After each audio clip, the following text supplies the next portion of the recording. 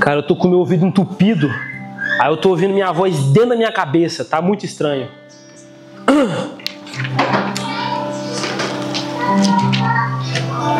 Muito obrigado, Rutiele.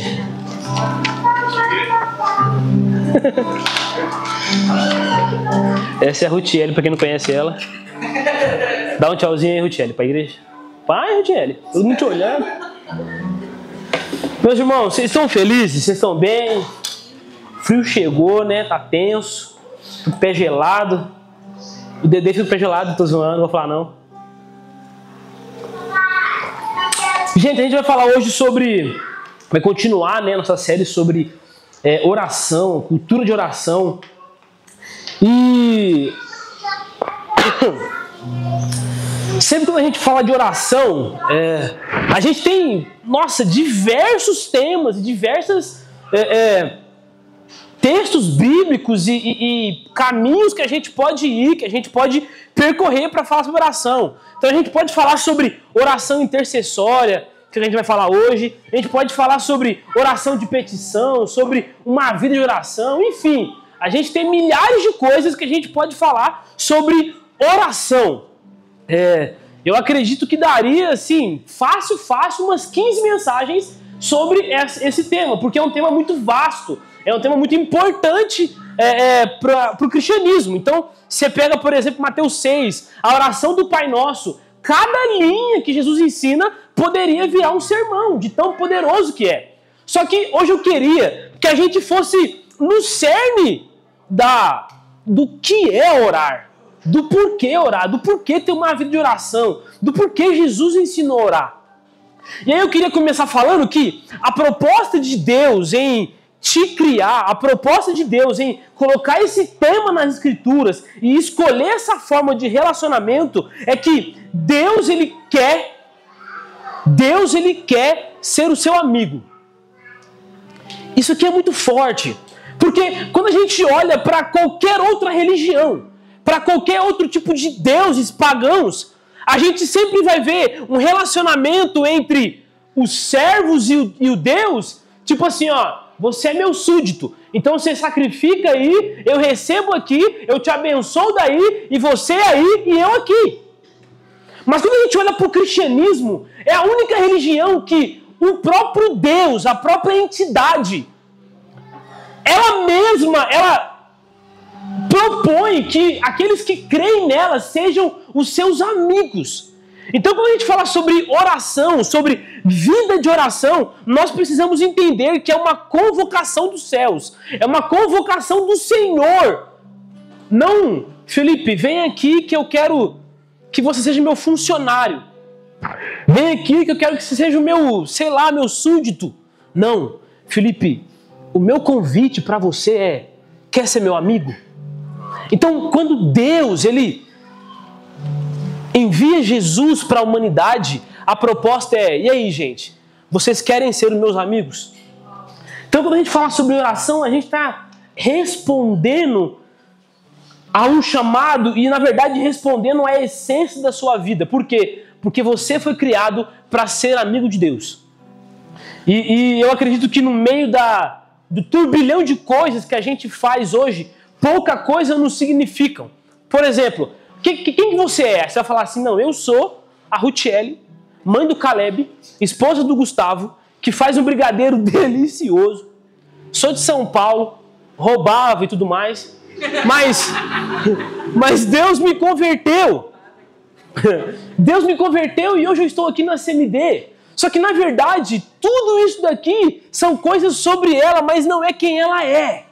A essência da Ruth eu sou amiga de Deus.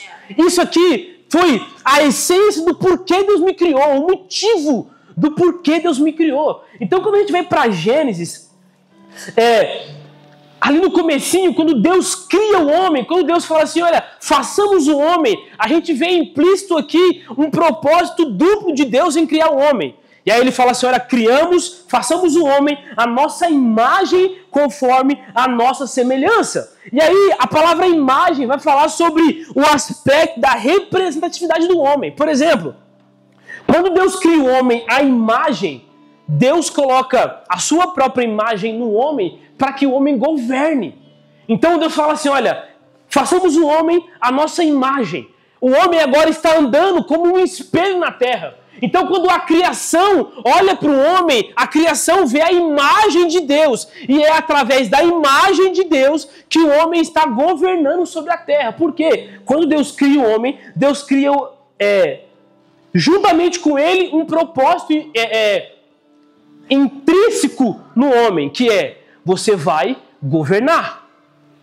Então o homem é criado à imagem de Deus e o propósito do homem agora é governar sobre tudo. E isso aqui fala sobre a imagem do homem.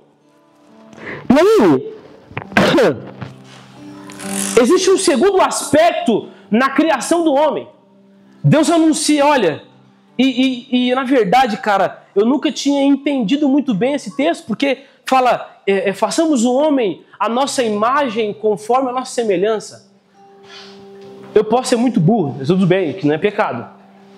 Mas não parece que é a mesma coisa? Façamos o homem a nossa imagem, conforme a nossa semelhança. Ué, parece que é a mesma coisa. Só que a palavra semelhança aqui nas Escrituras está revelando o aspecto de Deus querer se relacionar com o homem. Por quê? Porque não existe relacionamento com quem não é semelhante. Então Deus fala assim, olha, eu vou colocar você a imagem minha para governo, mas a semelhança para relacionamento. Vou dar um exemplo. Não tem como eu me relacionar com um cachorro, gente. Por mais que tem gente aqui que fala com cachorro, e eu sei disso. A Gessamine, gente, ela bate altos papos com o Chico. Mas o nome disso aqui é loucura. Porque não existe relacionamento entre coisas que não são semelhantes. Pior ainda, tem gente que fala com planta. Isso pra mim, meu irmão, uma vez, me permitam falar isso daqui, uma vez a gente tava no Parque de Caxambu. Eu e a G, a gente foi fazer um piquenique lá, aí tinha uma mulher bem hipzona, assim, tipo o Azaf, bem hipzona, assim, com as roupas toda colorida, assim, e tal. Aí tinha uma árvore, assim, ó, e ela abraçava a árvore, assim, e tocava na árvore, fazia assim. Eu falei, meu Deus do céu, mano. Ela estava se conectando com a natureza. Então tem gente maluca pra tudo, mas o nome disso não é relacionamento, porque só existe relação entre os semelhantes. Então quando Deus te cria a imagem e semelhança, Ele te cria com um propósito para governar, mas com um propósito para se relacionar com Ele mesmo. Então a criação revela que Deus, Ele quer ser meu amigo. E eu queria que você abrisse comigo, primeiro texto aí.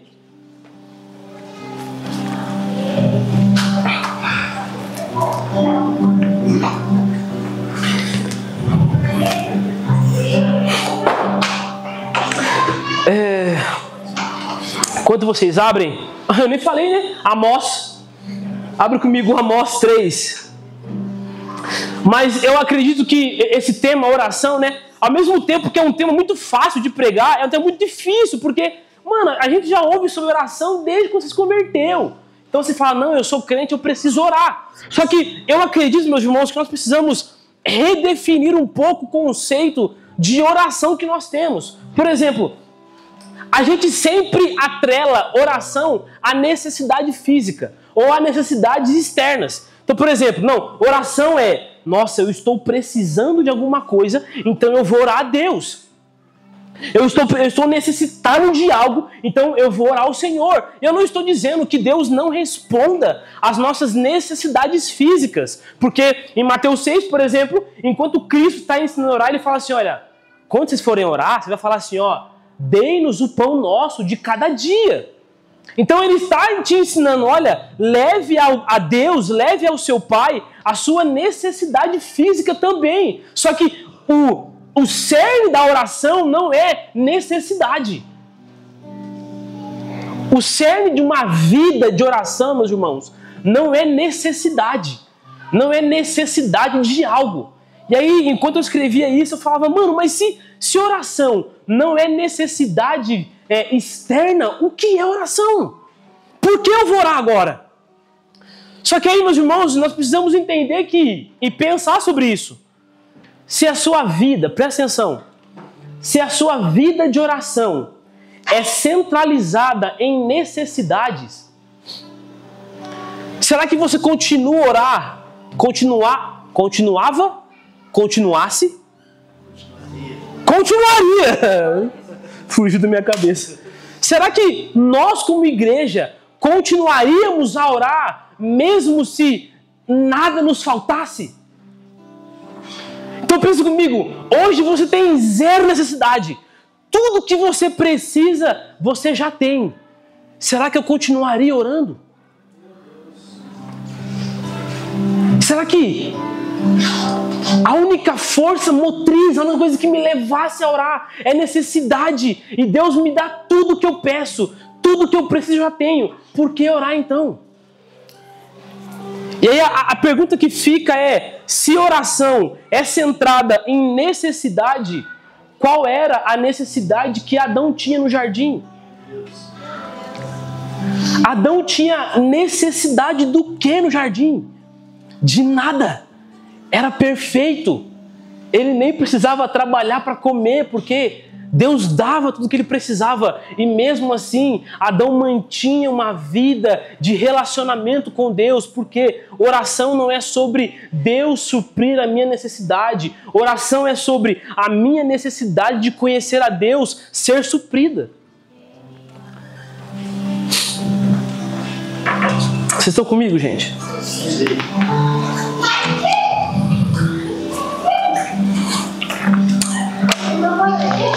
E a gente tem que ficar o tempo todo, meus irmãos, vasculhando o nosso coração, vasculhando a nossa vida, a nossa mente.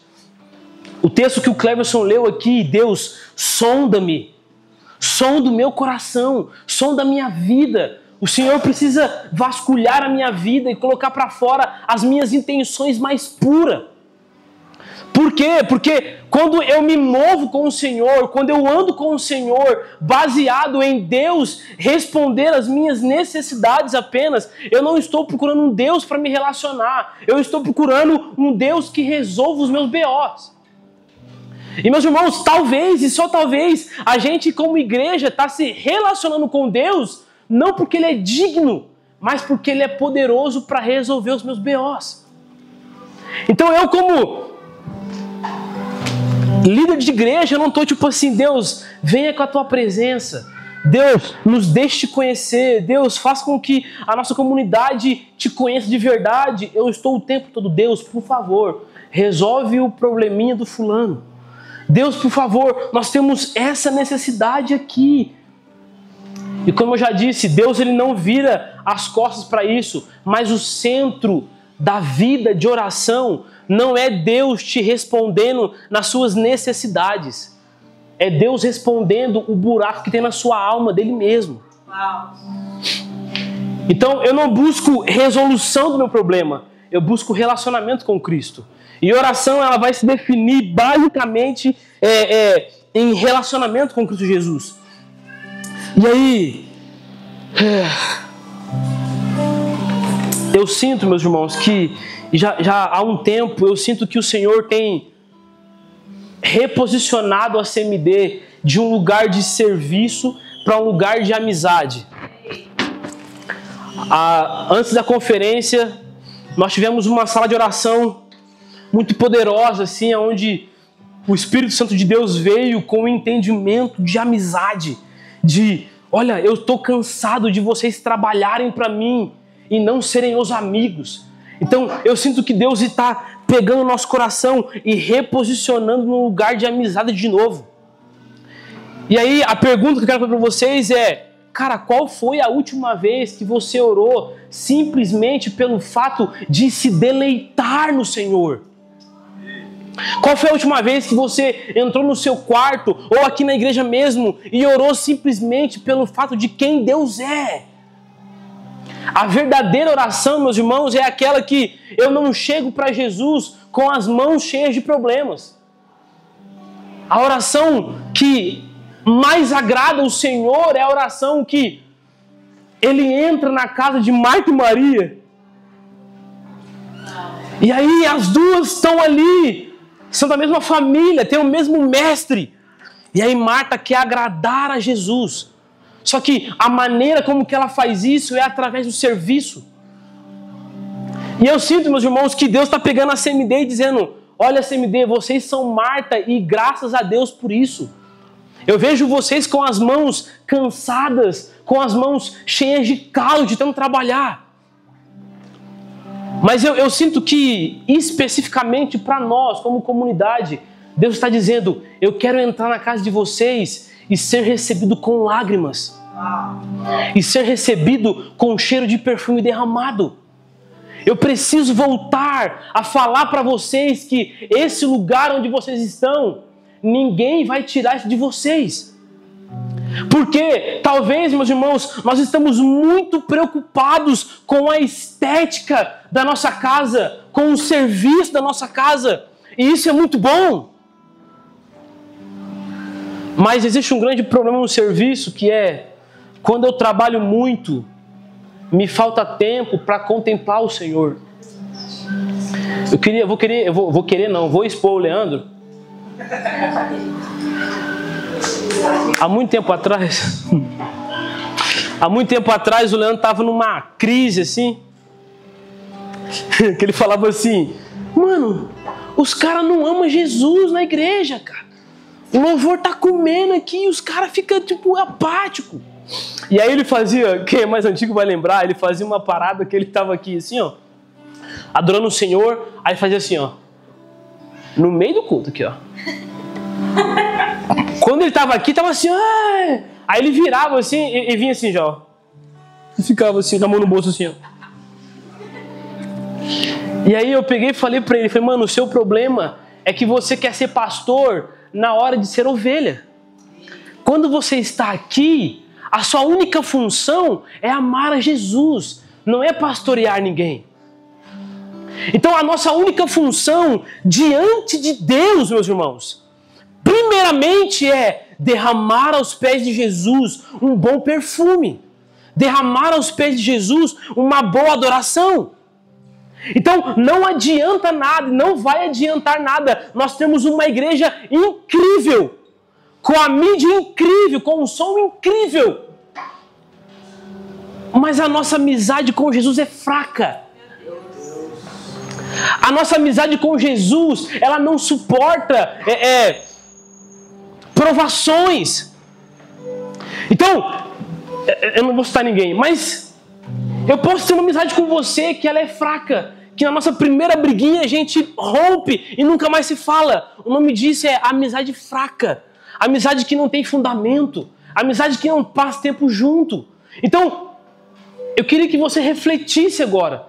Será que a sua amizade com Jesus é a prova de fogo? Ou será que você se perde no primeiro momento?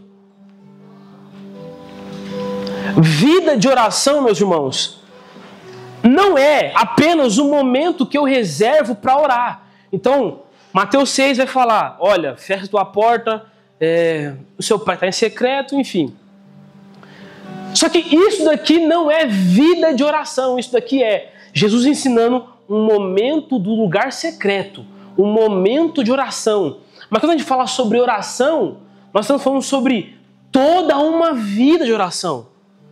Toda uma vida que expressa de quem eu sou amigo. Porque se oração é ser amigo de Jesus, eu não posso mostrar que eu sou amigo de Jesus só quando eu oro com meus lábios. Então, igual o Cláudio falou, lá no seu serviço você está orando, mesmo sem falar com a sua boca. Quando eu olho para o seu casamento, o que eu estou vendo? Eu estou vendo uma amizade com Jesus? Ou eu estou vendo um trabalho cansado? Vocês estão aqui, gente? Então, eu acredito que nós, como CMD, nós como igreja, nós precisamos voltar a dar valor do que de fato tem valor. E eu não podia não falar sobre isso, mas a gente mede espiritualidade de um indivíduo e de uma igreja pelo tanto que ela ora, pelo tanto que nós oramos. E aí, sala de oração, nós temos 10 pessoas.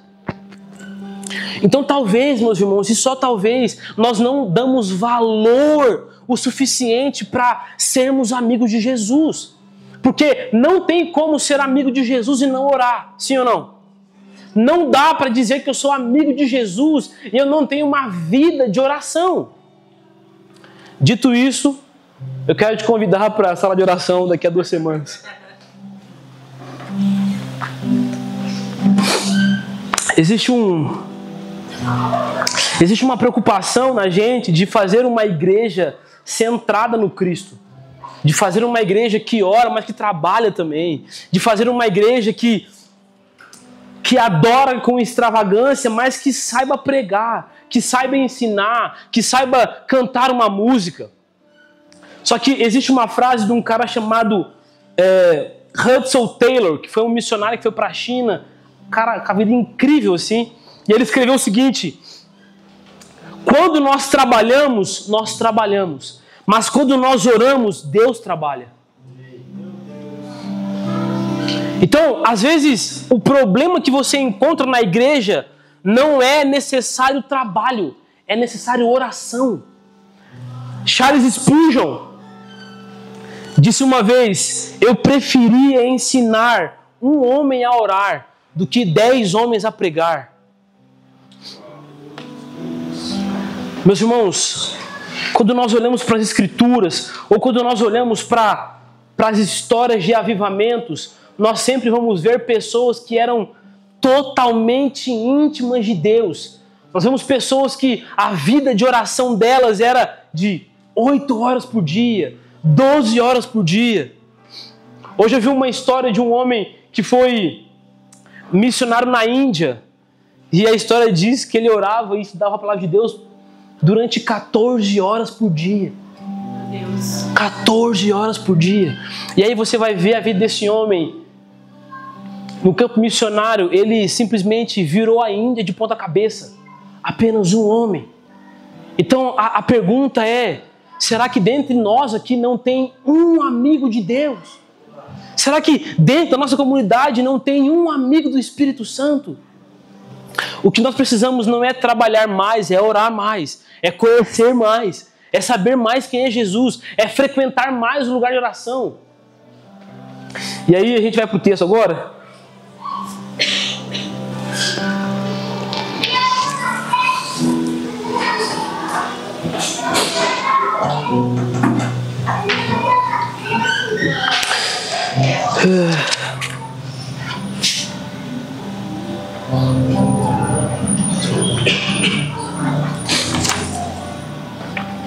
Amós capítulo 3, versículo 7.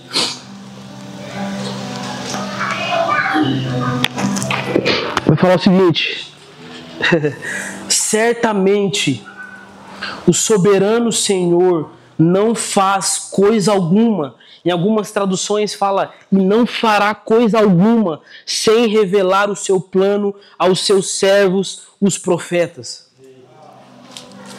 Cara, olha que texto profundo.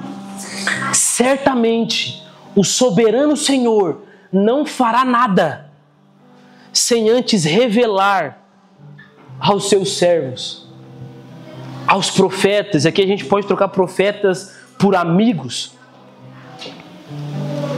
Meus irmãos, quantos aqui querem fazer parte do que Deus está fazendo?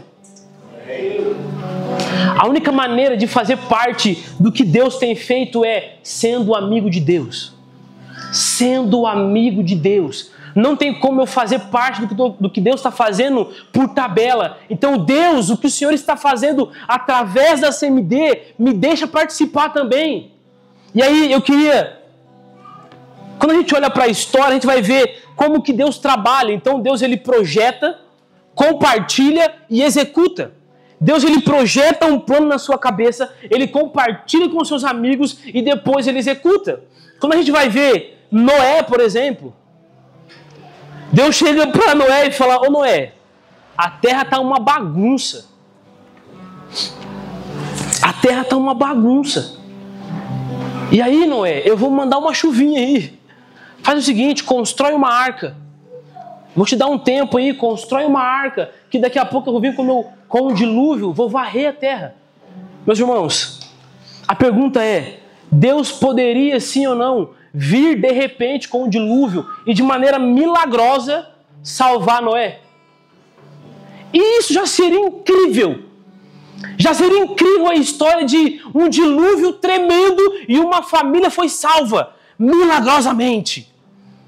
Mas é assim que Deus trabalha. Ele projeta, mas Ele compartilha com os seus amigos os seus planos. E aí só depois Ele executa. Nós vemos Abraão.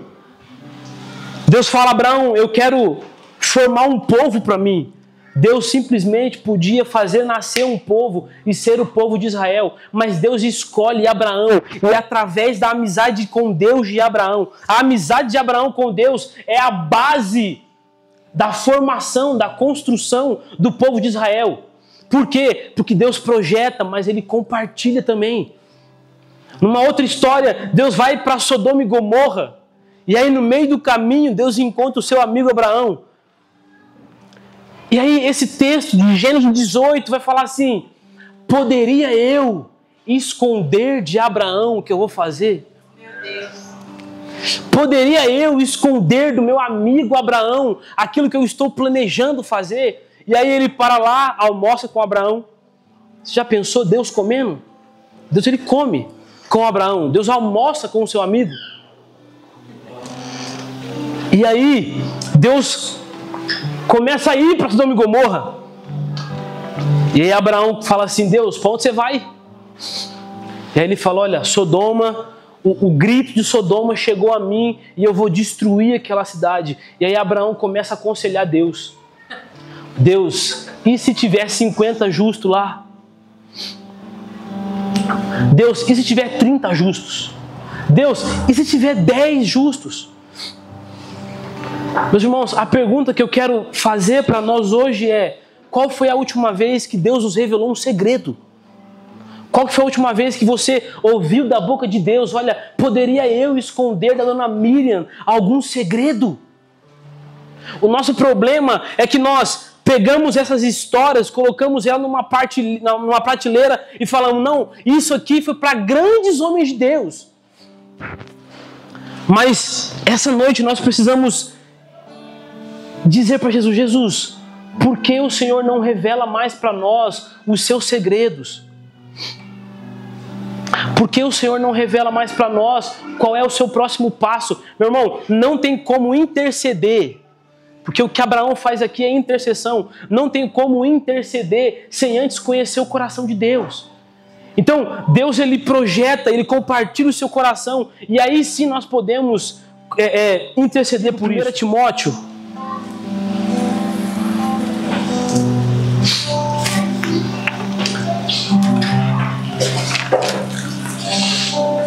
Primeira Timóteo 2.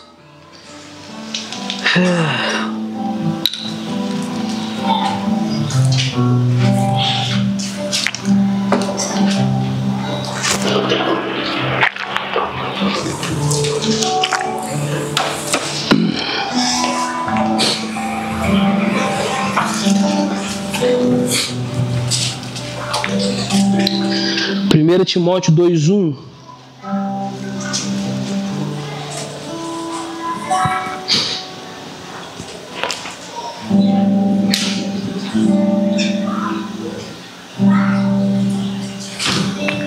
Antes de tudo, pois exorto que use a prática de súplicas, orações, intercessões e ações de graça em favor de todos os homens.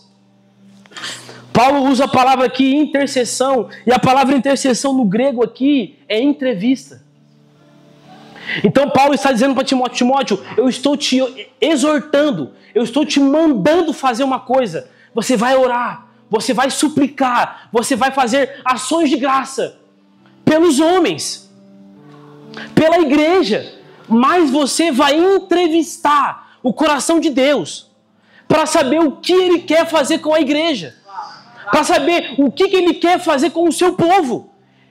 E aí, meus irmãos, Talvez o sermão de hoje ele vai ser baseado em perguntas para a gente refletir. Será que as nossas orações são entrevistas ou é um confessionário?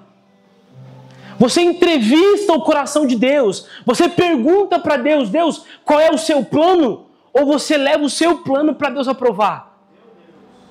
Então, vida de oração, cultura de oração, intercessão, não é eu vou fazer um plano e eu vou levar para Deus aprovar. Sabe, o Espírito Santo, a obra do Espírito Santo em nós é mexer no nosso coração, transformar o nosso coração, redimir o nosso coração, para que o nosso desejo seja esse. Deus, qual é o seu plano? Qual é a sua vontade? A Bíblia diz que a vontade de Deus é boa, perfeita e agradável. Mas não é porque a vontade de Deus é boa, perfeita e agradável que a sua carne vai querer fazer isso. É por isso que nós precisamos nos humilhar em oração e entrevistar o coração de Deus para saber qual é a vontade de Deus. E não parar por aqui, mas orar para o Espírito Santo reformar o meu coração para eu entender que a vontade de Deus é boa, perfeita e agradável.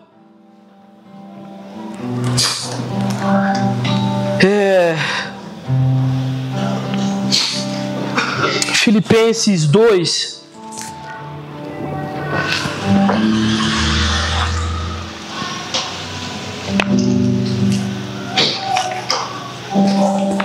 Filipenses capítulo 2, versículo 5.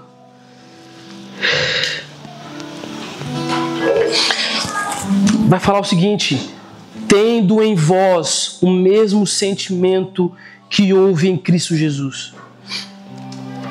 Tende em vós o mesmo sentimento que houve em Cristo Jesus. Quando nós começamos a interceder, quando nós começamos a entrar nesse lugar de intercessão, nós começamos a ser batizados com o coração de Jesus. Há 2 salas de oração atrás, nós oramos por abuso sexual infantil. E eu e a G estavam na adoração aqui, e aí eu senti que Deus queria nos batizar em lágrimas.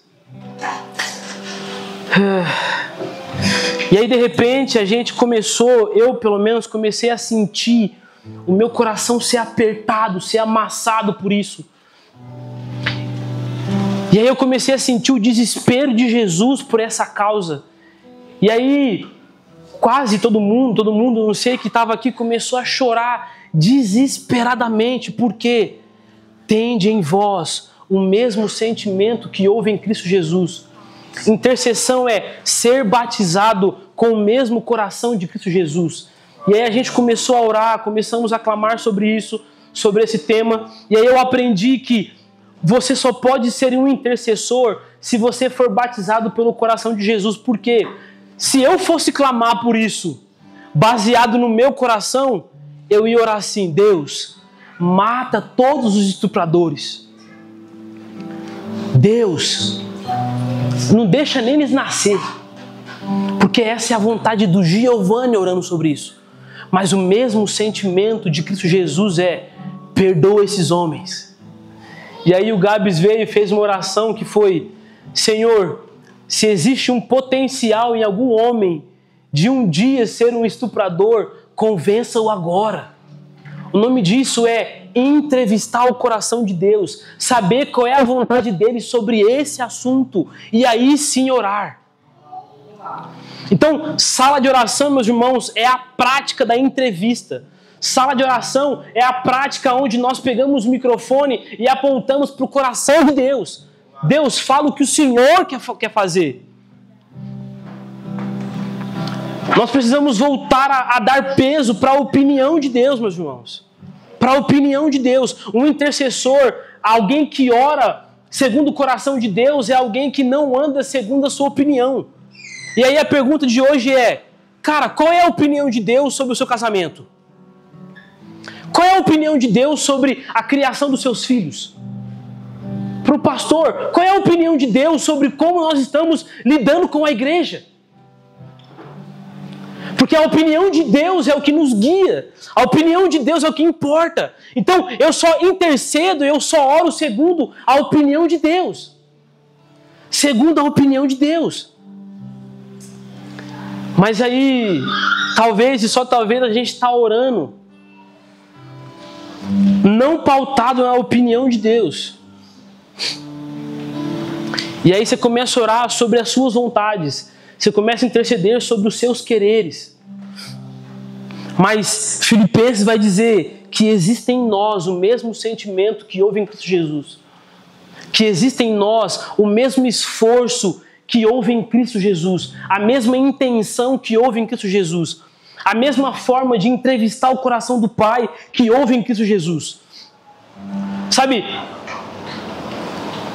talvez exista um texto que defina o intercessor, que é aquele texto, assim na terra como no céu. E aí eu vi uma frase muito boa que falou, se a Bíblia fosse uma canção, essa parte aqui seria o refrão, seria o auge das Escrituras. Seja na terra como é no céu. Seja na terra como é no céu. Todo intercessor carrega essa verdade. Seja na terra como é no céu. Mas como é no céu? Entrevista o coração de Jesus.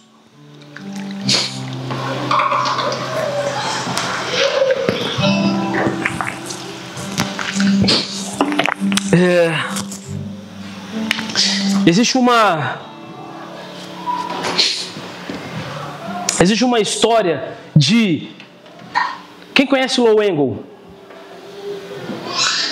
Low Engle, ele é um cara muito conhecido por ter feito o Descend, né? É o líder do Descend.